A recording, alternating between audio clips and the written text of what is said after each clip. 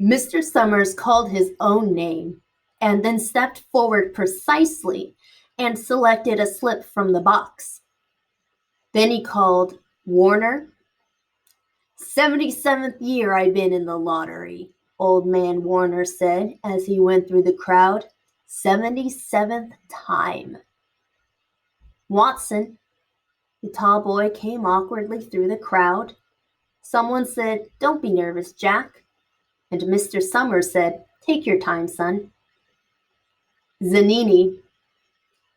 After that, there was a long pause, a breathless pause, until Mr. Summers, holding his slip of paper in the air, said, "All right, fellows." For a minute, no one moved. And then all the slips of paper were opened. Suddenly, all the women began to speak at once, saying, "Who is it? Who's got it? Is it the Dunbars? Is it the Watsons?" Then the voices began to say, "It's Hutchinson. It's Bill. Bill Hutchinson's got it."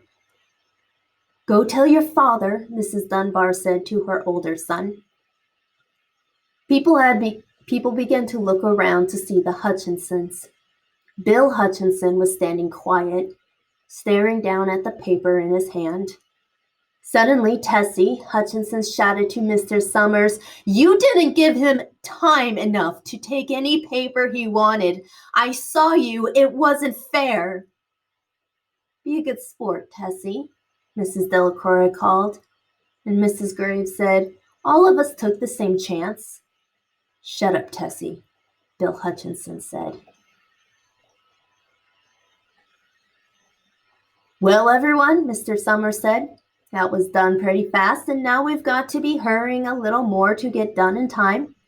He consulted his next list. "Bill," he said, "you draw for the Hutchinson family. You got any other households in the Hutchinsons?"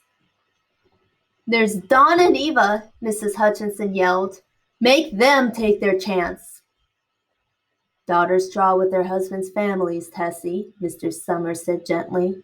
"You know that as well as anyone else." "It wasn't fair," Tessie said. "I guess not, Joe," Bill Hutchinson said regretfully. "My daughter draws with her husband's family. That's only fair. I've got no other family except the kids."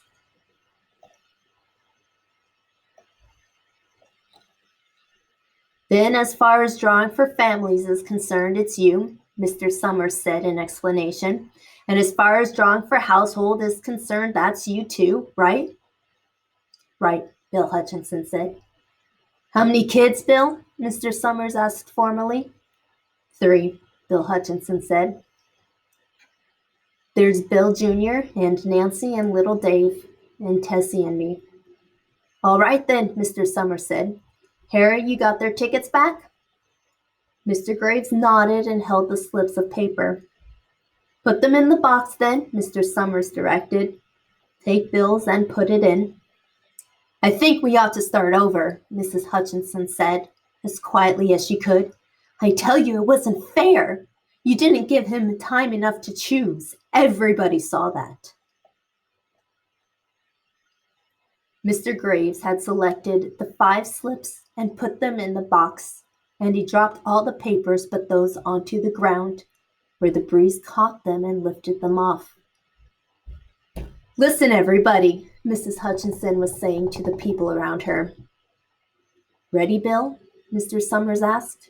And Bill Hutchinson, with one quick glance around at his wife and children, nodded. "Remember," Mr. Summers said, "take the slips and keep them folded until each person has taken one. Harry, you help little Dave." Mr. Graves took the hand of the little boy, who came willingly with him up to the box. "Take a paper out of the box, Davy," Mr. Summers said. Davy put his hand into the box and laughed. "Just take one paper," Mr. Summers said. "Harry, you hold it for him.